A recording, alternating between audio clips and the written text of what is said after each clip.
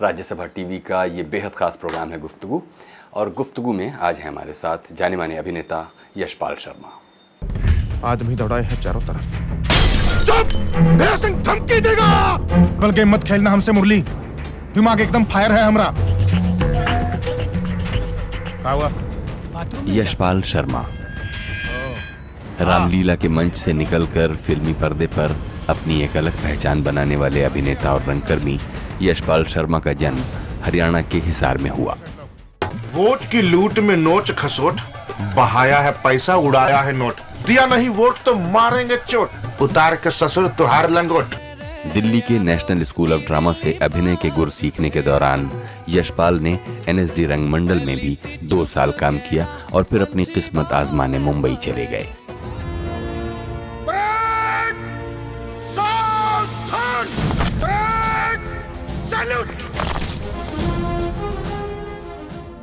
जिंदगी एक जुआ से करियर की शुरुआत करने वाले यशपाल को गोविंद निहलानी की फिल्म 1084 की मां से बड़ा ब्रेक मिला और उसके बाद उनका कारवां रुका नहीं।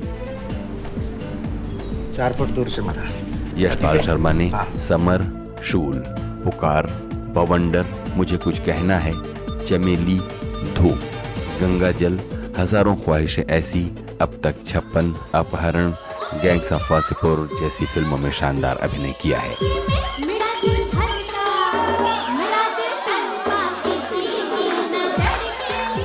फिल्म गंगाजल के लिए यशपाल को फिल्म फेयर के बेस्ट विलेन के अवार्ड से नवाजा गया है। टेलीविजन के कई धारावाहिकों में सशक्त किरदार निभाने वाले यशपाल शर्मा आज भी रंगमंच के साथ जिस शिद्दत से जुड़े हुए हैं वो एक मिसाल है। ये बात है कितनी गंदी। भगवान दास चौबे अब सब्जी में लेने जाए मंडी में, बताओ टमाटर क्या भाव, आलू क्या भाव, लौकी क्या भाव, कद्दू क्या भाव। This is better than T2 and Revere actually. तो 1084 की मां आज हमें ये पूरा यकीन है कि इस गुफ्तगू से गुजरने के बाद आप खुद को एक जादुई दुनिया से निकलता हुआ महसूस करेंगे। तो फिर मैंने 2 स्पीचेस याद करने गया मैं बरसात में, पीछे ट्रेन में गया, पैसे नहीं थे मेरे पास, पैदल गया स्टेशन तक, बिना टिकट गया परेल तक। राजकमल स्टूडियो है, राजकमल स्टूडियो में गया, वहाँ गया, सबसे पहले बाथरूम गया, बाथरूम में जाके कमीज़ निकाली, कमीज़ निचोड़ी, पैंट निकाली, पैंट निचोड़ी, फिर थोड़ा झाड़ फाड़ के फिर थोड़ा सा तैयार होकर ऐसे हाथ मार के ऑडिशन देने चला गया। गोविंद निहलानी खुद ऑडिशन ले रहे थे। तो जे ए थाना तो आ लेंटर मैं पाया सी ਇੱਥੇ ਖਮਾਣੋ ਵਾਲੀ ਮੈਡਮ ਦਾ ਘਰ ਆ ਤੇ ਮੇਰਾ ਘਰ ਫਿਰ ਅੱਗੇ ਚਾਚਾ ਜੇ ਤੇਰੀਆਂ ਆਹੀ ਹਰਕਤਾਂ ਰਹੀਆਂ ਮੈਂ ਤੇਰਾ ਘਰ ਆ ਪੁਲਟ ਪਾ ਕੇ ਪਰਲੇ ਪਾਸੇ ਪਾ ਦੂੰ।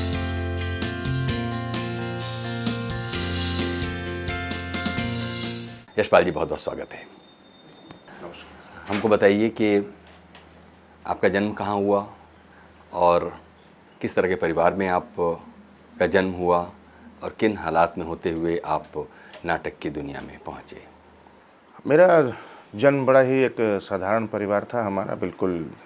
पिताजी चपड़ासी थे, हम 7 भाई बहन थे और बड़ी ही जिसको बोलते हैं कि अजीब सा एक माहौल था। जिस तरीके का चारों तरफ मतलब जो वातावरण था वो आज तक ज़िंदगी में मतलब पूरी ज़िंदगी भर भूलूंगा नहीं, क्योंकि आज तक उसकी छाप एज इट इज़ मेरे दिमाग में उन लोगों की और उस माहौल की और उन बातों की आज तक छपी हुई है। आर्थिक रूप से तंगी थी काफ़ी, लेकिन सब लोग बड़े मेहनती थे, सारे भाई बहन। आज तक हमारा प्यार वैसे का वैसे है, एक दूसरे के लिए जान दे सकते हैं। बकरियां थी, गाय थी, उनको चराते थे, चारा काट के लाते थे, लकड़ियां बीनते थे, वगैरह वगैरह जो काम उस वक्त के थे वो सब यही थे।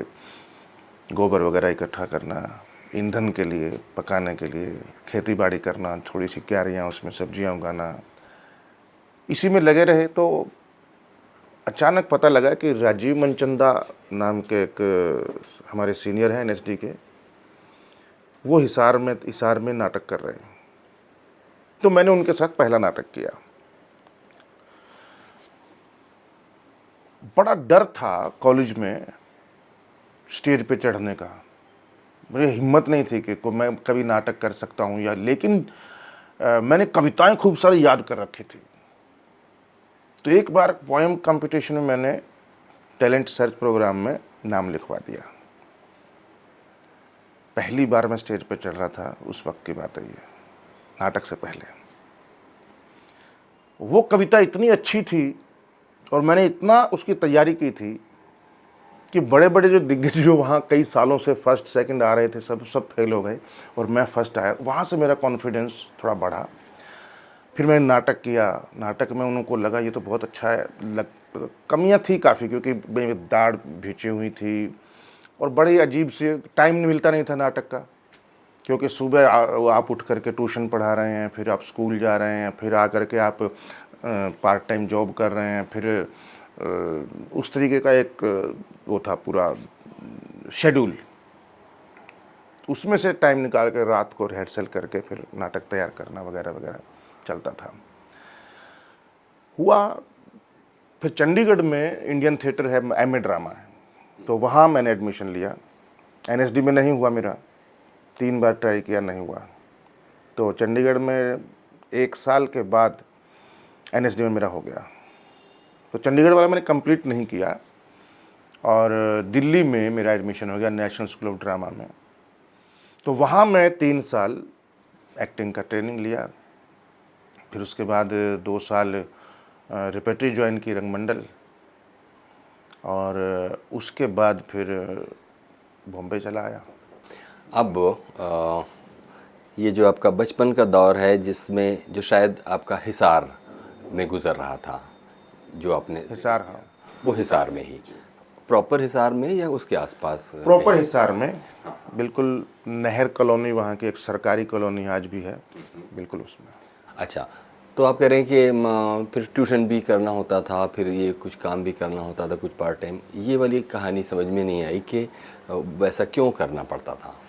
नहीं, क्योंकि एक तनख्वाह थी पिताजी की और बच्चे बहुत ज़्यादा थे, तो सबकी पढ़ाई के खर्चे, मैं तो अपनी पढ़ाई के खर्चे मैंने 8वीं के बाद मेरे ख्याल सारे खर्चे मैंने खुद निकाले, ट्यूशन पढ़ा करके या चांदी का काम करके, या नाइट कॉलेज करता था मैं। दिन में काम करता था बाद में, तो कॉलेज में जब गया था नाइट कॉलेज में था, ताकि शाम को कॉलेज होता था 6-7 बजे, उसके पहले मैं पूरा दिन काम करता था या ट्यूशन पढ़ाता था, जो भी होता था। तो उस वजह से, नहीं तो क्योंकि इसीलिए हम 2 ही लोग थे जो कॉलेज जा पाए, बाकी सब ने 10वीं के बाद छोड़ दिया पढ़ाई। तो मेरा छोटा भाई जो है वो कॉलेज जा पाया और मैं, 2 भाई कॉलेज जा पाए। वो आज प्रोफेसर है, मतलब कॉलेज में पढ़ाता है, और मैं यहाँ हूँ। आपने क्या पढ़ाई ख़त्म की? मैंने एमए इंग्लिश में एडमिशन लिया था, इसलिए क्योंकि उनके प्रिंसिपल ने मुझे बोला था कि आप सिर्फ नाटक कर लेना, क्लास अटेंड मत करना, हमारे यूथ फेस्टिवल में हिस्सा ले लो बस। क्योंकि हमेशा ऑलमोस्ट मैं बेस्ट एक्टर आता था या नाटक हमारा फर्स्ट आता था, तो बड़े फेमस हो गए थे हम कॉलेजेस में, यूथ फेस्टिवल्स में, कि उनका नाटक आ रहा है तो बड़ा अच्छा कंपटीशन रहेगा। तो ये इस वजह से, लेकिन मैंने की नहीं एमए इंग्लिश। तो एमए मैंने ड्रामा से किया, एक प्रकार से। आप चंडीगढ़ के बजाय, चंडीगढ़ में अधूरी रह गई थी, तो दिल्ली में कंप्लीट किया। दिल्ली में वो एमए के बराबर है, इक्विवेलेंट है, जो नेशनल स्कूल ऑफ ड्रामा का जो पढ़ाई है। तो आपने वहाँ से चंडीगढ़, और फिर चंडीगढ़ के बाद नेशनल स्कूल ऑफ ड्रामा। लेकिन नेशनल स्कूल ऑफ ड्रामा तक पहुँचने के लिए आपके पास इतने नाटकों का अनुभव हो गया था जो वहाँ पर एडमिशन क्राइटेरिया? नहीं, इतने ज़्यादा नहीं थे, 6-7 थे, लेकिन मेरे पास नाटक 6-7 किए हुए थे मैंने। और उस वक्त मुझे याद है, जो उसकी एडमिशन फ़ीस भी है वो हमारे ग्रुप के लोगों ने पैसे इकट्ठे करके दी थी मेरी यूनिवर्सिटी में, जो एडमिशन फ़ीस जो होती है। बहुत भांति भांति के अनुभव रहे। मतलब आते ही एनएसडी में ही मैंने देखा कोई लड़की सिगरेट पी रही है, तो ये मेरे लिए शॉकिंग था। मैं हैरान हो गया था कि ऐसा हो कैसे सकता है, क्योंकि हम बिल्कुल एक कूप मंडूक की तरह एक ऐसी जगह से निकले थे जहाँ पर चपरासियों का पूरा 4th क्लास के कर्मचारियों का मोहल्ला था पूरा, और कोई बिहार से, कोई पहाड़ से, कोई कहीं से, कोई यूपी से, कोई अलग अलग जगहों से सब लोग थे वहाँ। तो हमने कभी ऐसा माहौल देखा ही नहीं था। तो जब वहाँ आकर के देखा कि लड़की सिगरेट पी रही है, फिर पता लगा ये तो दारू वारू भी पी रही हैं, और मतलब फिर धीरे धीरे आम होने में थोड़ा टाइम लगा। हालांकि अंदर से आज तक भी कहीं ना कहीं रिजर्वेशंस हैं, पारिवारिक जो होते हैं हमेशा हर परिवार में, लेकिन बहुत टाइम लगा उसको, काफ़ी टाइम लगा उसको ठीक होने में और उसको समझने में और सहज होने में। और इस तरह आपने फिर जब नेशनल स्कूल ऑफ ड्रामा की पढ़ाई पूरी कर ली तो कुछ टाइम आपने रेपर्टरी में भी काम किया, और कुछ समय आपका खिलौना ग्रुप में भी शायद हाँ, गुजरा। खिलौना ग्रुप। तो वो समझ में नहीं आता, क्योंकि जब आप एक बार आ गए नेशनल स्कूल ऑफ ड्रामा तो फिर आपकी लाइन तय हो गई और आप उसके बाद रेपर्टरी, और रेपर्टरी के बाद आगे का काम कर सकते। नहीं, खिलौना पहले किया है मैंने एनएसडी से। 89 की बात है, इंडियन थिएटर से भी पहले की बात है। ये बड़ा एक अजीब ही इत्तेफाक है कि नसीरुद्दीन शाह का मैंने अखबार में देखा कि नाटक है कमानी में। 15 नाटक हैं नेहरू शताब्दी समारोह, जिसमें उत्पल दत्त का है, नसीरुद्दीन शाह का है, ओमपुरी की आवाज़, सत्यदेव दुबे का अंधा युग है, कल्लोल है, और आगरा बाजार हबीब तनवीर का है। बहुत सारे नाटक थे उसमें, कुलभूषण खरबंदा का। तो मेरे लिए वो एक सपने की तरह था। तो मैं ना घर से भाग आया था दिल्ली, 2 दिन के लिए आया था कि मैं नसीरुद्दीन शाह का नाटक देखे, बिकॉज मैं बहुत बड़ा फ़ैन था उनका, बहुत अभी भी हूँ उनका। चाहे वो मिर्ज़ा गालिब रहा हो या कोई भी फिल्में रही हों उनकी, श्याम बेनेगल की या पुरानी गोविंद निहलानी की, मैंने सारी देखी हैं। डिस्कवरी ऑफ इंडिया रहा हो या कुछ भी, मैंने कुछ उनका काम बहुत कम छोड़ा जो मैंने देखता था। तो मैं जब वहाँ आया, मैंने नाटक देखा, तो मैं 2 दिन के लिए आया था और मैं वहाँ 4.5 महीने रुका। तो मैं वहीं रुक गया। मेरी दुकान, चांदी का बिजनेस, चांदी का काम करता था मैं कुछ कॉन्ट्रैक्ट पे, वो बंद हो गया वहीं के वहीं। अब मैं गया ही नहीं घर। मैंने सिर्फ एक लेटर लिख दिया कि मैं अब नहीं आऊँगा, मैं नाटक करूँगा, क्योंकि मेरी बातें चल रही थी, कभी बैंक में, कभी नेवी में, कभी कहीं फिट हो जाऊँ कहीं, और ज़रूरी भी था उस वक्त। लेकिन वो बहुत कठिन घड़ी थी। अच्छा हुआ थोड़ा सब्र किया, तो शायद आज मुझे लगता है, नहीं तो मैं आज 9 से 5 की नौकरी कर रहा होता। तो 4 महीने में खिलौना ज्वाइन किया मैंने वीके शर्मा के साथ। और खिलौना ग्रुप मेरे लिए एक दिल्ली में या अपने शहर से बाहर पहला ग्रुप था, या पहले लोग थे। वहाँ भांति भांति के लोग वहाँ भी मिले। चंदन था एक, विमल वर्मा एक था, बहुत अच्छा एक्टर और राइटर भी रहा है उसने, वीके शर्मा, उनकी वाइफ किरण, ऐसा ग्रुप था कुछ हमारा। कुछ नाटक थे, गोल्डन फिश वगैरह जो हम करते रहते थे, गोल्डन फिश और ग्रहों की कहानी, ग्रहों की ज़ुबानी। लेकिन वहाँ रह कर मैंने देखा कि अगर मैं यहीं रहा तो दिल्ली में रहकर एनएसडी में एडमिशन लेना मुश्किल है, या वो प्रेफरेंस नहीं देंगे दिल्ली में थिएटर वालों को, क्योंकि अजीब सी एक है कि दिल्ली में जो थिएटर कर रहा हो या कर रहा है, वो कहीं ना कहीं राजनीतिज्ञ या राजनीति, पॉलिटिक्स कहीं ना कहीं घुस जाती है उसके अंदर। ऐसा मुझे लगा, सुनने में भी आया। तो मैं 4.5 महीने के बाद फिर वापस चला गया, मैं चांदी का काम करने लगा। और फिर मेरा एडमिशन एनएसडी में एडमिशन लेने गया तो वहाँ नहीं हुआ। फिर उन्होंने एक वर्कशॉप रखी, वर्कशॉप जो थी पूना में थी 40 दिन की। वहाँ के बाद अगले साल, उसके अगले साल, उसी साल फिर मेरा पूना में, चंडीगढ़ में एडमिशन हो गया, और उसके अगले साल एनएसडी में एडमिशन हो गया। पता नहीं क्यों मेरा मन कहता है कि अभी इस एनएसडी वाले से दुनिया से आगे ना बढ़ा जाए, क्योंकि फिर आपने एक नया मामला जोड़ दिया कि आप चांदी का भी कुछ काम करते थे। ये पहले अब आप बता ही दीजिए कि क्या क्या करके आप, मतलब देखिए, अगर आप मेरी बातें गिनेंगे तो चांदी का काम मैं करता था, 300 रुपये महीना लेता था मैं, जहाँ से शुरू किया था मैंने साइकिल के पंचर भी लगाए हैं कुछ टाइम, आटे की चक्की भी चलाई है, सरसों की फैक्ट्री में तेल के, जहाँ खल बिनोले वगैरह वो बनते हैं, उसमें भी काम किया है। टीन की फैक्ट्री में भी काम किया, जहाँ टीन के कनस्तर बनते थे और बड़े हाथ कटते थे, उसमें पतरे थे, क्योंकि वो बहुत, ट्यूशन तो पढ़ाई ही है। रिक्शा भी चलाया है कुछ टाइम, साइकिल रिक्शा। बड़ा होली के दिन रंग भी बेचे हैं, होली के वक्त, दिवाली के टाइम पटाखे भी बेचे हैं, कुछ गोलियां, मीठी गोलियां बच्चों के लिए एक चारपाई पे तो लगा के वो भी बेचा है। ये सब काम किए हैं। तो इसलिए आज जब वैसे वैसे कोई रोल मिलते हैं तो हमें बहुत ज़्यादा तैयारी करने की ज़रूरत नहीं पड़ती क्योंकि बहुत इतना कुछ हुआ है ना। खेती बाड़ी भी, यानी 50 रुपये देंगे भाई, ये पूरा ये किला खोद डालो, 50 रुपये में पूरा किला खोद डालते थे, हाथों में छाले पड़ जाते थे, लेकिन 50 रुपये दिखते थे सामने तो मज़ा आता था। चांदी वाले काम में क्या करना पड़ता चांदी वाले काम में पाजेबें और मंगलसूत्र बनाते थे। चांदी के एक चैन होती है, फोक्स पायल बोलते हैं उसको, उसके ऊपर पीसीज रखे जाते हैं, 2 चैन मिला करके ऐसे, या 3 या 2, उसके ऊपर पीसीज रखे जाते हैं, उसमें चिपका के फिर उसमें पीसीज में मिन्ना भरा जाता है, हरा, लाल, नीला वगैरह, और उनके दोनों कॉर्नर पे नाके लगाए जाते हैं चांदी के, और फिर वो उसकी तेजाब में डाल करके उसकी धुलाई वुलाई ब्रश से, रीठे के साथ, उसके झाग के साथ, और फिर वो एक चमकदार वो चीज़ निकलती है। फिर उसको हम थोक में बेचते थे। मैं जाता था साथ में आगरा बेचने।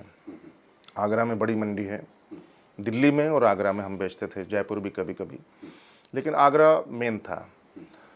तो रात को भी लगे रहते थे कि कल माल जाना है, तो रात भर भी काम। ये वाला जो कारोबार था वो किसी का था, उसमें करते हाँ, थे? वो किसी का था। वहाँ मैंने 300 रुपये महीने से नौकरी शुरू की थी, और 12 घंटे, 300 रुपये 12 घंटे पर डे मतलब चाहिए उनको। अगर 12 से ऊपर जाएगा तो मेरा 2 रुपया 1 घंटे का लगता था, मिलता था मुझे। तो इस तरीके से शुरुआत की थी। फिर बाद में तो मैंने जब मैं दिल्ली भाग कर आया था, उस वक्त तो वो तकरीबन 15-20 हज़ार रुपये महीना मैं कमा लेता था उस चांदी के काम से। और ये चांदी वाला काम कहाँ पे कर रहे थे? हिसार में। और ये जिसकी दुकान थी वहाँ पर एक तरह से कई लोग कर रहे थे? हाँ, वो सुनारों का मोहल्ला था और उसमें एक फैक्ट्री थी। लेकिन आपने ये काम सीखा कैसे होगा? नहीं, वो धीरे धीरे सीखा मैंने। वो स्पीड बढ़ जाती है, एक बार तो शुरू पता लगे तो उनको, बल्कि मैंने बहुत जल्दी सीख लिया। वो हैरान थे इस बात पे कि कई सुनार भी ऐसा काम नहीं कर पाते थे जो मैं करता था। जो ऐसा काम जो गैस बर्नर से ताप देना उसको, जिसमें अगर थोड़ा सा भी ज़्यादा हो जाए तो जल जाएगी चैन, और कम रह गई तो वो फैल के अजीब सा शेप हो जाएगा। तो वो एक परफेक्ट ताप देना, वो भी मैंने सीख लिया था बहुत जल्दी। वो भी मैं करता था, जबकि कई सुनार भी नहीं कर पाते हैं। तो इस तरीके से। लेकिन ये तब जबकि अच्छा खासा कारोबार भी चल रहा था, मतलब ये चांदी वाले काम में कोई चीज़ थी जो आपको हमेशा वहाँ से किसी दूसरी तलाश की तरफ ले जा रही थी? कीड़ा था बस, कुलबुलाता रहता था वो। कभी मन मानता ही नहीं था कुछ, क्योंकि वहाँ रामलीला वगैरह हम करते रहते थे। बिल्कुल गरीबी में, मतलब ये फटी साड़ी लगा ली, कोई बोरी लगा ली, कोई टाट का पर्दा लगा लिया, कहीं करके स्टेज बना ली, और लोग आते थे, बड़ा इंजॉय करते थे। हम लोग इतना इम्प्रोवाइज़ करते थे, बहुत। कई बार जोकर भी बन जाते थे हम, कई बार हनुमान बन जाते थे, कई बार लक्ष्मण, राम, पता नहीं क्या क्या बने हैं। तो एक पैशन था कहीं ना कहीं उस वक्त। फिर दिवाली, दशहरे के आसपास राजा हरिश्चंद्र नाटक होने लगा, तो मैं राजा हरिश्चंद्र का रोल करता था। जन्माष्टमी के दिन कृष्ण अवतार का नाटक होने लगा, कृष्ण के जन्म और उसको वहाँ पहुँचाने तक की जो वो है, वहाँ तक का। तो वसुदेव, देवकी और कंस, ये किरदार थे, तो मैं वसुदेव करता था। तो ये इतना ज़्यादा वो हो गया था कि धीरे धीरे फिर मुझे धार्मिक नाटकों से मन उखड़ता गया, और फिर सामाजिक और जो रियलिस्टिक नाटक जो मनचंदा के आने के बाद शुरू हुए, फिर उसकी तरफ बढ़ा। फिर धीरे धीरे मुझे ओमपुरी, नसीरुद्दीन शाह, पंकज कपूर, नाना पाटेकर, पता नहीं क्यों अच्छे लगने लगे। और सुरेखा सीकरी, उत्तरा बावकर, ये लोग जितने भी इस तरीके के आर्टिस्ट थे जो कहीं ग्लैमर की ज़रूरत नहीं होती थी, एक्टिंग दिखती थी और कंटेंट होता था फिल्मों में, और बड़ा मज़ा आता था मुझे वो देख करके। मालगुड़ी डेज़ की कहानियाँ, या इंतज़ार सीरियल, नुक्कड़ सीरियल, या ये कथा सागर, या बोलें तो ये जो है ज़िंदगी, बहुत सारी डिस्कवरी ऑफ इंडिया, तमस, ये सारी चीज़ें इन्होंने बहुत प्रभाव डाला मेरे ऊपर, क्योंकि उस वक्त मैं कच्चा दिमाग था, और क्या अच्छा लगना चाहिए, क्या बुरा लगना चाहिए, उस वक्त कहीं ना कहीं फिट हो गया था। तो आज जैसे इरफान या नवाज़ या कोई अच्छा काम करता है तो बड़ा लगता है कि ये सबसे अलग है, और बड़ा मज़ा आता है कि यार अब वो दौर आ गया है कि हमारे जैसे एक्टर भी मेन रोल कर सकते हैं और सुपर डुपर हिट फिल्म जा सकती है। तो फिर हम वापस उस पर आते हैं कि जब आपने एनएसडी और एनएसडी की बात, रेपर्टरी कितने साल किया होगा आपने? 2 साल किया। 2 साल की। 6 साल के लिए मैं कर सकता था, ए ग्रेड भी मिल रहा था मुझे, मतलब जो पूरा सुपर जो आर्टिस्ट होते हैं तनख्वाह वाइज भी, तो लेकिन मैंने नहीं किया। फिर आप मुंबई आ गए? फिर मुंबई आ, मतलब कुछ काम मिला था जो यहाँ लाया आपको, या फिर आ गए और फिर तलाश शुरू बिल्कुल की? भी नहीं, बिल्कुल काम नहीं मिला था, कुछ नहीं मिला था।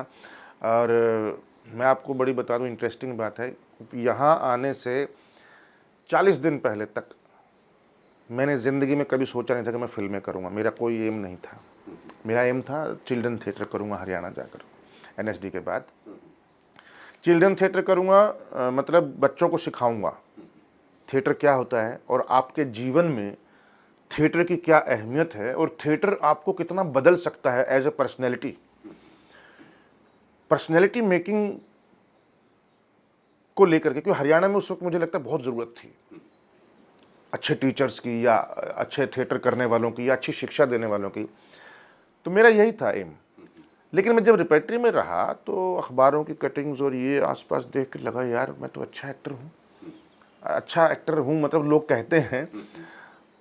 तो फिर मैंने सोचा कि अगर मुझे एक्टिंग करनी है, एक्टर बनना है, तो मैं चिल्ड्रन थिएटर में तो नहीं कर पाऊँगा। वहाँ या तो वर्कशॉप करूँगा या उनकी क्लासेस लूँगा, उनके साथ गेम करूँगा, ये नाटक तैयार करवाऊँगा, डायरेक्ट करूँगा या एज ए टीचर, तो एक्टिंग नहीं कर पाऊँगा। फिर मैंने चेंज किया माइंड, मैंने कहा ठीक है एक्टिंग ही करते हैं। और फिर मैंने सोचा कि जब एक्टिंग ही करनी है तो फिर 500 लोगों के सामने क्यों, 50 करोड़ के सामने क्यों ना की जाए, जिसमें कहीं ना कहीं पैसा और ख्याति, नेम फेम जुड़े हुए थे कि, और एक सेटिस्फैक्शन। आज तक इतने साल हो गए बॉम्बे में मुझे, लेकिन मैंने कभी भी कोई भी काम ऐसे नहीं किया कि यार करके ख़त्म करो, क्योंकि अगर या तो मैं करूँगा या नहीं करूँगा, मैं बीच का रास्ता कुछ नहीं अपनाता कि यार कर भी रहे हैं और बेमन से कर रहे हैं, ऐसा नहीं। तो सेटिस्फैक्शन नहीं मिलती फिल्मों में ना बहुत ज़्यादा, तो इसीलिए कुछ फिल्में मैं ऐसी कर लेता हूँ जो शायद दुनिया के सामने नहीं आती हैं पर फेस्टिवल्स में जाती हैं। अभी भी कम से कम 7-8 फिल्में ऐसी हैं जो फेस्टिवल्स में घूम रही हैं, लेकिन वो रिलीज़ होंगी नहीं होंगी मुझे नहीं पता, पर कमर्शियल नहीं है और ना उस पर्पज़ से बनाई गई है। तो उस सेटिस्फेक्शन के लिए मैं आज भी इस वक्त भी थिएटर करता हूँ। अभी नसीरुद्दीन उस पर अभी बात करेंगे। हाँ। लेकिन आपने कहा कि ये सोचकर कि या तो मैं हिसार वापस चला जाऊं और वहाँ बच्चों को थिएटर सिखाऊं, लेकिन उसमें समस्या ये थी कि वहाँ खुद नहीं किया जा सकता था। वहाँ एज अ ट्रेनर काम करते आप या वर्कशॉप लेते, और इस तरह से आप मोटिवेटर तो हो सकते थे लेकिन खुद आप प्लेयर नहीं हो सकते खुद थे। कर नहीं सकते। जब आप यहाँ आ गए ये सोच के कि इसमें नाम और पैसा और आपके प्रशंसक या आपके दर्शकों की संख्या बढ़ जाएगी, इतना सोच लेने भर से तो बम्बई आपको सहारा नहीं दे देता, और आते ही वो कौन सी चीज़ रही होगी जिसने एक साल या एक महीने आपको रोके रखा? 2.5 साल तक तो मैंने कुछ नहीं किया था। 2.5 साल में खाली था। एक आहट कर लिया कभी, या CID कर लिया, उस वक्त जो नए शुरू हुए थे, तो उससे 2,500 रुपये किराया निकल जाता था, कुछ ऐसा हो जाता था।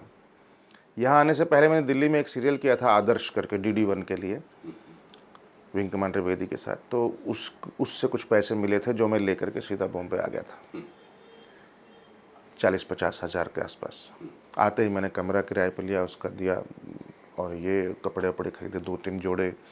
एक जुहू 90 स्टूडियो है जुहू में, वहाँ पे 50 रुपये का एक को फ़ोटो खींचते हैं, तो 5 फ़ोटो खिंचवाए ग्लैमरस टाइप के और ऐसे ऐसे करके। लेकिन वो क्योंकि मैंने कभी फ़ोटो सेशन नहीं किया। फिर एक सुरेंद्र राजन, एक बड़े सीनियर हमारे हैं जो मुन्ना भाई MBBS वगैरह फिल्मों में अच्छे छोटे छोटे रोल करते हैं, बड़े प्यारे इंसान हैं, बहुत अच्छे फ़ोटोग्राफ़र हैं। फिर मैं 6 महीने घूमा, कोई ऑफिस नहीं था जो मैंने छोड़ा हो, खूब स्ट्रगल किया, खूब रोल मिलते थे तो अजीब अजीब से रोल मिलते थे। एक पुजारी का रोल है जी सीरियल में, तो पुजारी का रोल मेन रोल है क्या, मैं पूछ रहा था। नहीं नहीं, ये हमारे जो मेन रोल हैं वो जब जब मंदिर जाएंगे तो आपका रोल आएगा। और मैंने कहा बाय द वे मंदिर नहीं गए तो मतलब मेरा कहने का मतलब है कि ऐसे ऐसे रोल मिलते थे कि जो 2 दिन का काम है, छोटे छोटे। मैंने कहा यार मैं ये करने तो नहीं आया हूँ बॉम्बे, मैं नहीं करूँगा। फिर मुझे धीरे धीरे पता लगा इतिहास, शांति, ये सीरियल शुरू हुए थे, डेली सोप की शुरुआत थी उन दिनों। ये वो वक्त था शांति, क्योंकि ऑलमोस्ट फर्स्ट सीरियल था जो डेली सोप। उस तरीके से धीरे धीरे फिर बाढ़ आ गई थी, बदलते रिश्ते, इतिहास, और काफ़ी सारे सीरियल बनने शुरू हो गए थे डेली सोप के।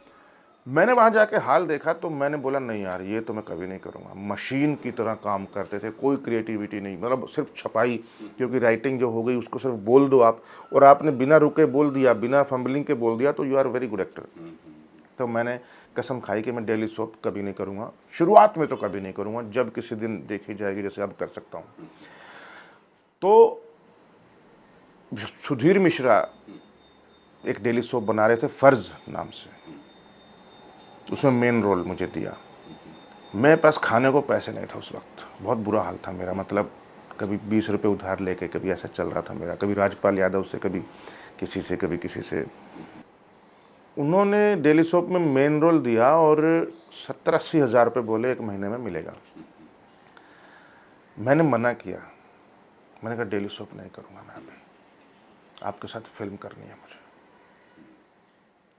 मुझे वो डिसीज़न उस वक्त का, अगर मैं उस वक्त डेली सोप कर लेता तो मैं सिक्योर हो जाता, गाड़ी आ जाती, घर आ जाता, लगातार चलते रहता सालों साल।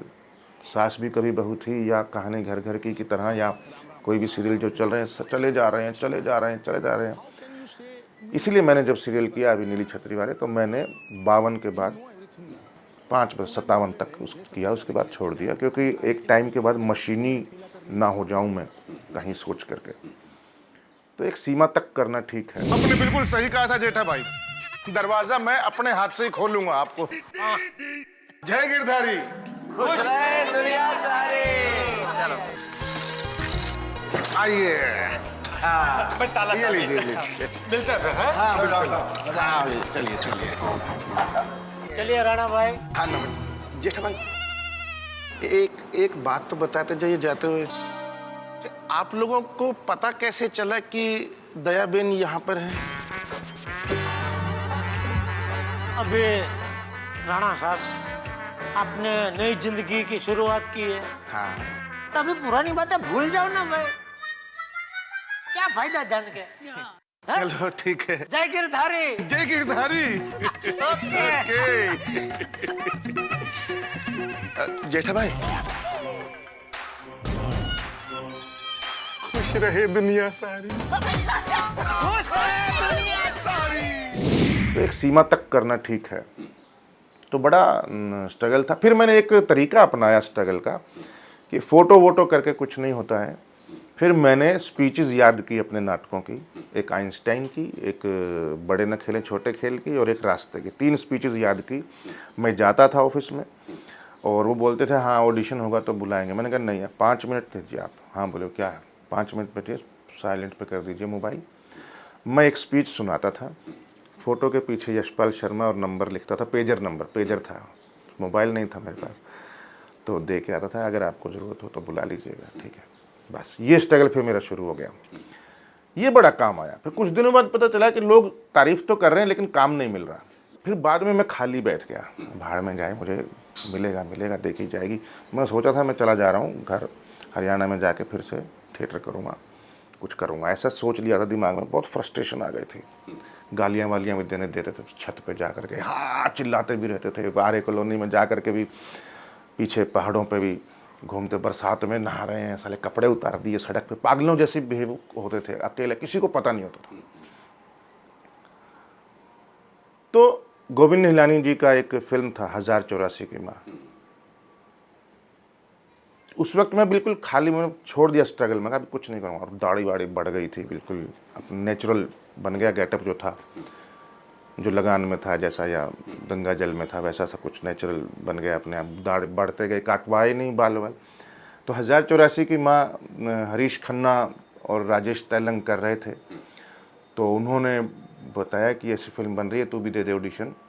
तो मैं गया, तो फिर मैंने 2 स्पीचेस याद करने गया मैं बरसात में पीछे। ट्रेन में गया, पैसे नहीं थे मेरे पास, पैदल गया स्टेशन तक, बिना टिकट गया परेल तक। राजकमल स्टूडियो है, राजकमल स्टूडियो में गया, वहाँ गया।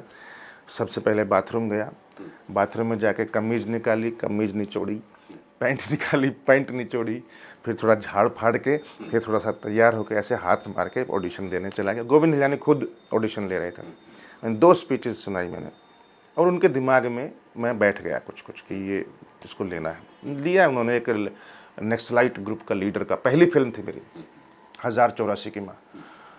छोटा सा जो 2 सीन थे बस, लेकिन अच्छा रोल था। फिर उन्होंने मुझे श्याम बेनेगल से मिलाया, तो श्याम बेनेगल ने समर फिल्म दी मुझे। फिर वो फिल्म आशुतोष गोवारिकर ने देखी, उसने लगान के लिए बुलाया। ऐसे ऐसे धीरे धीरे फिर फैलता गया, और लगान के बाद फिर कई लोगों ने काफ़ी बुलाया। लेकिन एक बात ज़रूर है, मैं बोलना चाहूँगा, ये बीच में भूल गया, कि जब मैं बॉम्बे आया था, जिन लोगों के भरोसे आया था ना, वो कतई काम नहीं आए। कितने भी जो भी जान पहचान के थे, वो कभी काम नहीं आए। इसीलिए मैं सब लोगों को यही सलाह देता हूँ कि भाई किसी के भरोसे मत जाओ, अपने आप के ऊपर जाओ। जितने भी लोग काम आए, उनको मैं पहली बार यहीं मिला हूँ, उनको मैंने अपना हुनर दिखाया है या टैलेंट दिखाया है, उसमें टाइम लग गया, तब जाकर उन्होंने काम दिया है। अदरवाइज़ मुझे लगता था कि अरे हमारे, ये नाम नहीं लूँगा मैं किसी का भी, ये भी तो, अरे तो मेरे रूम पे रहे हैं 3 महीने, ये तो बहुत साथ देंगे वहाँ जा कर के, और फ़ोन पे तो बोलते ही हैं कि आओ जल्दी आओ जल्दी आओ। अब आ गए हैं तो पता लगा कि कोई टाइम ही नहीं दे रहा है। तो फिर मैंने सोचा कि फिर एक टाइम आया जब मैं कोई हाथ भी ना मिलाएगा, जब आप गले मिलोगे, तपाक से वाली बात थी। उस वक्त मैं गले मिलता था, भाग भाग कर, रही यार हरियाणा का। मैं एक गांव, एक उस ग्रामीण मेंटेलिटी का आदमी, क्योंकि मैंने कभी बाहर जाके कुछ देखा, तो मैं एकदम, मुझे समझ नहीं आया ये यहाँ का ना। फिर धीरे धीरे पता लगा कि यार अगर मैं किसी को फ़ोन नहीं कर रहा हूँ तो कोई मुझे भी नहीं कर रहा है, तो फिर मैं क्यों करूँ। फिर मैंने भी थोड़ा सा धीरे धीरे अपने आप को अलग किया और कंसंट्रेट किया कि क्या करने आए हो वो करो, छोड़ो। तो काफ़ी संतुलित फिल्में, क्वांटिटी की बजाय क्वालिटी फिल्में या क्वालिटी नाटक करने में थोड़ा सक्षम हूँ, कोशिश जारी है। हाँ, चूँकि आप कहते हैं आपने फिल्मों में क्या किया, ये हमारे सारे दर्शक जानते हैं, इसलिए उस वाले पीरियड की इन मेन सेलिएंट फीचर्स पर तो हम लोगों ने बातें कर दी, और फिल्मों में सिलेक्शन को लेकर के आपका क्या आइडिया है उस पर बातें हो गई हैं। इसलिए ये जो नाटक वाला हिस्सा है, क्योंकि ये एक आम आरोप स्कूल से निकले हुए स्टूडेंट्स के बारे में लगाया जाता है कि स्कूल इतना पैसा खर्च करके आपको थिएटर सिखाता है और फिर आप थिएटर नहीं करते, थिएटर करेगा कौन। लेकिन आप उन विरले एक्टरों में से हैं जो सिनेमा, जो कि आपका लाइवलीहुड है, उसके प्रति समर्पित तो हैं ही, साथ ही साथ नाटकों को भी उसी लगन और उसी पैशन के साथ करते हैं। मतलब उसमें धारावाहिकता में कमी मैं नहीं देख पाता हूँ कि कहीं वो कॉन्टिन्यूटी की कड़ी कहीं पर टूट नहीं रही है। वो एक ख़ास तरह का एक कॉन्सिस्टेंट कमिटमेंट आपका थिएटर के लिए है। थिएटर के लिए एक कमिटमेंट एक तरफ, दूसरी तरफ कुछ फिल्में जिनका आपने कहा कि बहुत सार्थक, बहुत अलग तरह की फिल्में की। आपने एक फिल्म राजन कोठारी के साथ भी की जो शायद अधूरी रह गई है, जिसको लेकर शायद नहीं, कंप्लीट हो गई है, पूरी हो गई है, लेकिन अभी फेस्टिवल्स में ट्राई कर रहे हैं, रिलीज़ करने की ट्राई कर रहे हैं, रिलीज़ नहीं हो पा रही। बट क्या फिल्म है वो? दास कैपिटल है। हाँ हाँ, एक हमारे राइटर हैं जिन्होंने प्रकाश झा के दामुल लिखी थी और मृत्युदंड लिखी थी, उनकी ये तीसरी फिल्म है लिखी हुई जो दास कैपिटल है। शैवाल जी हैं, उसको दयाल निहलानी और राजन कोठारी जी ने मिलकर डायरेक्ट किया है। तो उसमें मेरी वाइफ है, प्रतिभा है, मेन रोल में हम दोनों हैं, और काफ़ी 106 एक्टर हैं उसमें। कास्टिंग भी मैंने ही की थी।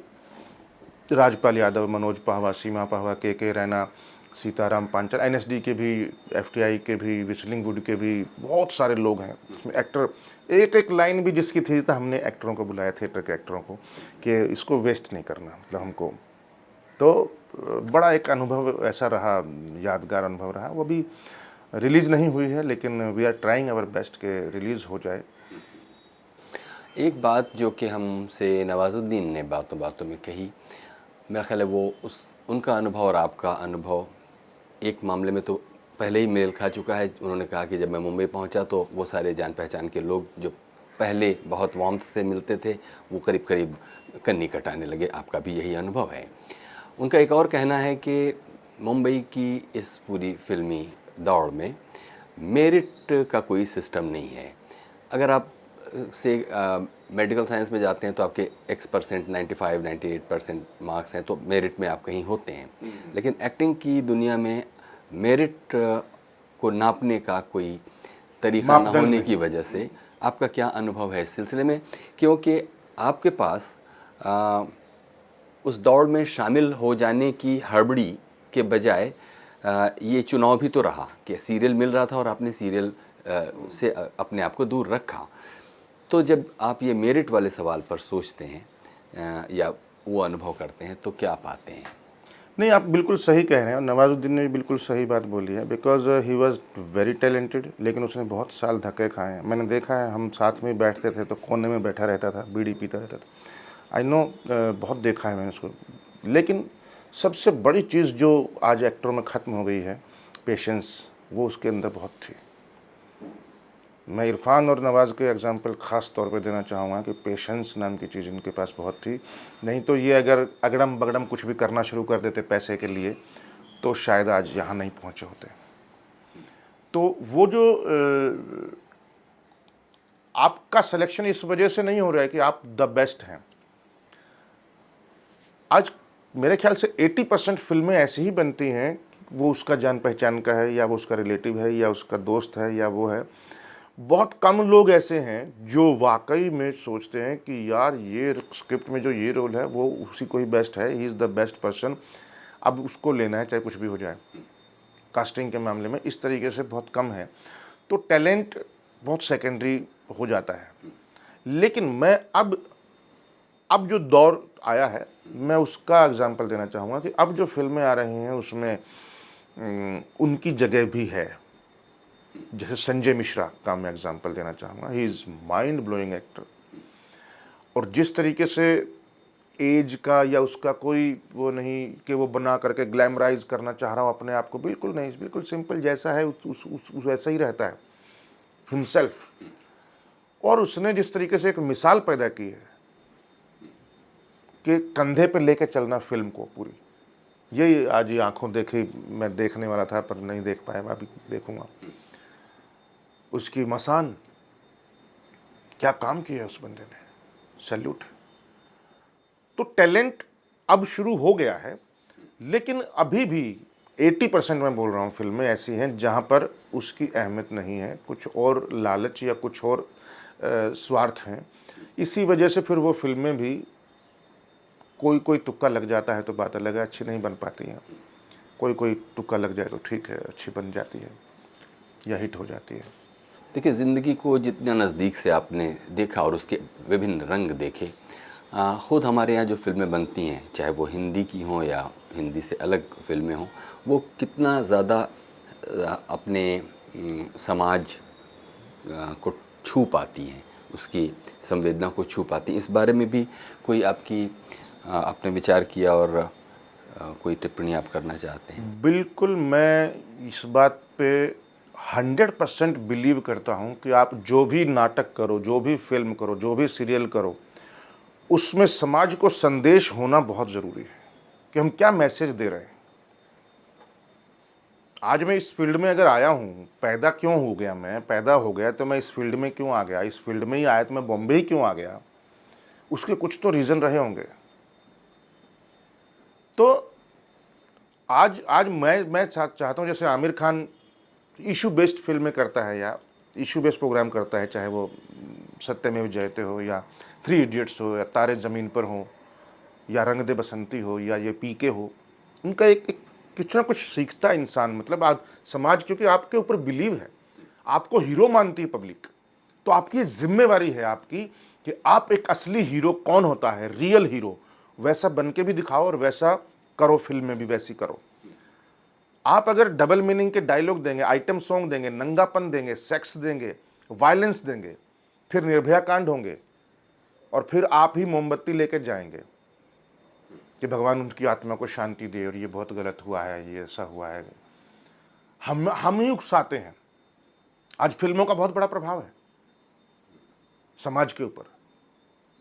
आज क्रिकेट का भी थोड़ा नीचे हो गया है जो था, मतलब क्रिकेट का और फिल्मों का। आज इंडिया के अगर हीरोज़ गिने जाएं तो सबसे ज़्यादा क्रिकेट के और इसके मिलते हैं। लेकिन अब धीरे धीरे साइना नेहवाल या और गेम्स भी या और फील्ड भी, साइंटिस्ट भी, कोई आर्मी वाला भी, कोई पॉलिटिशियन भी निकल के आ रहे हैं धीरे धीरे हीरो। बट एक टाइम था जब सिर्फ सिनेमा और क्रिकेट के लोग ही वो दो बातें होती थी, चाहे पाकिस्तान चले जाओ, इंडिया चले जाओ, बाहर चले जाओ, ऑस्ट्रेलिया चले जाओ। तो ये हमारी जिम्मेवारी है, कोई भी फिल्म करें, कोई भी काम करें। और टचवुड मैंने जो भी सीरियल किए उसका भी, मैं नीली छतरी वाले किया, उसका बहुत बड़ा एक थीमेटिक महत्व था उसका। शिव जी का जो दिखते हैं मेरे को, सिर्फ मुझे दिखते हैं उसमें, तो बहुत बहुत ही शिक्षाप्रद था। फिल्में मैं कोशिश करता हूँ जितनी भी हों, कोई तो मिस फायर हो जाते हैं क्योंकि वो हमारे हाथ में नहीं होता, because we are not writer, we are not director, we are not producer. तो कई चीज़ें मिस फायर हो जाती है, बट अदरवाइज़ मैं कोशिश करता हूँ जो भी काम लूँ, सीरियल का, फिल्मों का, नाटक का। अभी एक एग्जाम्पल ऐसा है, देखिए मेरे तकरीबन 11 नाटक चल रहे हैं अभी। तो 11 नाटक एक साथ मेरे रेडी हैं। मैं गुलजार साहब के साथ भी कर रहा हूँ, सलीम आरिफ जी करते हैं डायरेक्टर, उनके लिखे हुए नाटक। मकरंद देशपांडे के साथ भी करता हूँ, नादिरा बब्बर के साथ भी करता हूँ, रजत कपूर के साथ भी करता हूँ, रामजी बाली के साथ भी कर रहा हूँ। अभी सीमा पाहवा के साथ भी किया, जिसमें नसरुद्दीन शाह और मनोज पाहवा, सीमा पाहवा, रत्ना जी, हिबा जी, बहुत सब लोग हैं। तो एक अलग अलग ग्रुप में अलग अलग वैरायटी के नाटक है, लेकिन हर नाटक में कुछ ना कुछ आपको, आप बच्चे से लेकर बूढ़े तक कोई भी देख सकता है और वो कुछ ना कुछ ग्रहण करके जाएगा। ऐसे नाटक हैं। ऐसे भी आए हैं मेरे पास कमर्शियल नाटक, जिसमें हस्बैंड वाइफ की सेक्स कॉमेडी या उस तरीके की कॉमेडी जिसमें डबल मीनिंग के डायलॉग और उस तरीके के, ताकि लोगों को लाफ्टर हो और इंजॉय। मैंने नहीं किए, बहुत ऑफर आए, लेकिन नहीं किए क्योंकि मैंने सिर्फ हंसाना मकसद नहीं है, सिर्फ हंसाना मकसद नहीं है।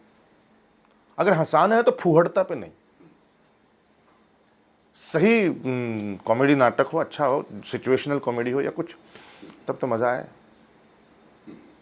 तो इस तरह आपने कहा कि सामाजिक उसका वो होना बहुत ज़रूरी है, कोई भी काम। और मैं समझता हूँ बड़े स्टारों की जिम्मेवारी है कि वो इस बात को समझें, ऐसी ही फिल्में करें जो कहीं ना कहीं संदेश देती हैं, क्योंकि आपको हीरो मानती है पब्लिक, तो आप जैसा कर रहे हो लोग वैसा ही करते हैं, तो ऐसा होना चाहिए। अच्छा, तो इस तरह जो एक्टर्स जो एस्पिरेशन लेकर आते हैं मुंबई, चाहे वो ट्रेंड होकर आएँ या वैसे आ जाएं शौकिया, जो एक्टर मुंबई आते हैं उनके सामने यही रास्ता है कि वो ऑडिशंस देते रहें और अपनी पारी का इंतज़ार करें, या फिर इससे कुछ ज़्यादा आप नहीं। आज तो अब तो बहुत मीडिया स्ट्रॉन्ग हो गया है। अब तो आप मोबाइल पे भी अपना वीडियो बना सकते हैं, एक स्पीच तैयार करके मोबाइल में ही शूट कर लिया, आप अभी देखो ये है मेरा ऑडिशन। इतना आसान हो गया अब तो फिल्में बनाना भी आसान हो गया है। 5-5 हज़ार में शॉर्ट फिल्म बन जाती है अब तो। आपके पास वो इंस्ट्रूमेंट है, वो मोबाइल है, ये है, छोटा मोटा, आजकल सब कुछ इतना ईजी हो गया है। और मुझे लगता है अगर आपका एम क्लियर है तो आपको ना इधर उधर नहीं भटकना चाहिए। आपको किस टाइप की फिल्में करनी है। जैसे मैं अगर किसी को सलाह देता हूँ, आओ बॉम्बे आओ, आप टिक मार्क करो कौन कौन सी फिल्में अच्छी लगी, उनके डायरेक्टर के नाम नोट करो, कौन कौन सा हाउस अच्छा लगा, यश चोपड़ा बैनर या सुभाष घई बैनर, प्रकाश झा बैनर, कौन सा बैनर अच्छा लगा, उसको टिक मार्क करो, डायरेक्ट उन्हीं से मिलो। और आज जिसके अंदर गट्स हैं वो मिल सकता है, कोई मना नहीं करेगा, अगर सही तरीके से, मतलब आप बदतमीज़ भी ना हो जाएं और आप चापलूस भी ना हो जाएं, बिल्कुल एक डिग्निटी मेंटेन करके अगर आप चाहें और वाकई में आप करना चाहते हैं, दिखावा ना हो, वो पता चल जाता है दिखावा भी कि ये बहुत शो ऑफ कर रहा है, मैं तो ऐसे लोगों को बोलता हूँ कि अगर कुछ समझ में ना आए तो चुप रहो, चुप रहने से ऐसा लगता है कि आप समझदार हैं। तो इसीलिए कई लोग ओवर स्मार्ट बनते हैं ना कि see what I am doing, I am handling this production, I am assisting and I am doing everything, nobody care, see ये कुर्सी यहीं पड़ी है। मतलब ये दिखा क्या ज़रूरत है यार, उठाओ रख दो। और फिर जब कोई एक्टर बोलता है कि अरे यार ये हटाओ यहाँ से, तो असिस्टेंट बोलेगा अरे सुनो स्पॉट, अरे क्या स्पॉट, ले मैं उठा लेता हूँ भाई। इतना सा काम, स्पॉट बुलाएगा, स्पॉट को ढूंढोगे, वो आएगा, वो उठाएगा, कितना। तो ये जो चीज़ें हैं ना, जो एक स्वावलंबन की, ये होना बहुत ज़रूरी है। बहुत लोग हैं ऐसा करते भी हैं, ऐसा नहीं है कि मैं नेगेटिव ही नहीं बोल रहा हूँ, बहुत ऐसे लोग भी हैं जो अपना काम स्वयं करते हैं और बहुत बढ़िया से जीते हैं और दूसरों के लिए इंस्पिरेशन भी हैं।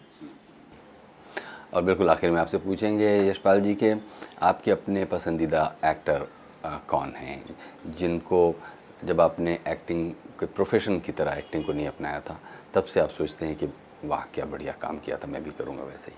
नंबर 1 मुझे बलराज साहनी लगे। बलराज साहनी कभी भी ये नहीं देखते थे कि मैं कैसा दिख रहा हूँ या मैं कैसा लगूँगा। उनका अंदर से आँखों में और उनके अंदर से निकलता था सब कुछ, और वो सच्चाई दिखती थी उनकी आँखों में, उनके हर बात में, उनके हर जज्बे में। उनकी कन्विंसिंग पावर इतनी स्ट्रॉन्ग थी। 2 बीघा ज़मीन, नील कमल, या कोई भी फिल्में उनकी, वक्त वगैरह कोई भी उठा लो, बाप रे, उनसे बड़ा तो मुझे अभी तक कोई लगा नहीं। हाँ, उसके बाद तो फिर बहुत लंबी लाइन है, काफ़ी लोग हैं जिन्होंने मुझे बहुत प्रभावित किया है। पंकज कपूर हैं, ओम पुरी हैं, नसीरुद्दीन शाह हैं, नाना पाटेकर हैं, आमिर खान भी हैं, इरफान हो गए, अब नवाज़ हो गए। नई पीढ़ी में तो बहुत लोग हैं, संजय मिश्रा हैं, राजकुमार राव हैं, और बहुत काफ़ी अब तो नए एक्टर इतने आ गए, कईयों के तो नाम भी नहीं पता मुझे। कुछ फिल्में देखी हैं मैंने, मसान या जिस तरीके की फिल्में, उसमें ऐसे ऐसे एक्टर आ गए, अनुराग कश्यप की फिल्में, जो बहुत अच्छे अच्छे एक्टर आ गए हैं। लेकिन बलराज साहनी का कोई तोड़ नहीं। अभी मैं उनकी ऑटोबायोग्राफी भी पढ़ रहा था, भीष्म साहनी की ऑटोबायोग्राफी, तो उसमें उनका जिक्र था काफ़ी, बहुत ज़्यादा। मैं उनका और भी बड़ा फ़ैन हो गया हूँ उसको पढ़ करके। हंसी हंसी में ओम पुरी ने हमसे कहा कि भाई अब हमारी ऐसा नहीं है कि मैं रिटायर हो गया हूँ, और ठीक है अगर नहीं भी चलेगा हमारा कारोबार तो मैं ढाबा खोल लूँगा। और उस ढाबे का नाम भी उन्होंने बताया कि उसका नाम होगा दाल रोटी, उस नाम का ढाबा। आपसे पूछें कि अगर आप एक्टर ना होते या कभी मन किया कि हम अब इस करियर से अलग कोई करियर, तो वो क्या करियर होता आपका? मेरा बड़ा मन है कि या तो स्कूल हो या एक्टिंग स्कूल हो, या तो बच्चों का जो नॉर्मल स्कूल होते हैं ऐसा स्कूल हो जो स्टैंडर्ड का हो और फीस ज़्यादा ना हो, और सब तरह के बच्चे आ सकें, उसमें पढ़ सकें। और या फिर एक्टिंग स्कूल हो जिसमें एक्टिंग, डायरेक्शन और ये सारा, सिर्फ थिएटर ही नहीं, फिल्मों की भी, किस तरीके से सिर्फ एक्टिंग अच्छे से कैसे सीख सकते हैं और कैसे अच्छे अच्छे टीचर्स को बुला करके सबके एक्सपीरियंसेस शेयर करें, सब ऐसा एक स्कूल खोला जाए। मेरा इसके अलावा मुझे कुछ नहीं लगता। ओमपुरी जी का एक जिक्र आए तो एक बात मैं लास्ट में जोड़ता हूँ।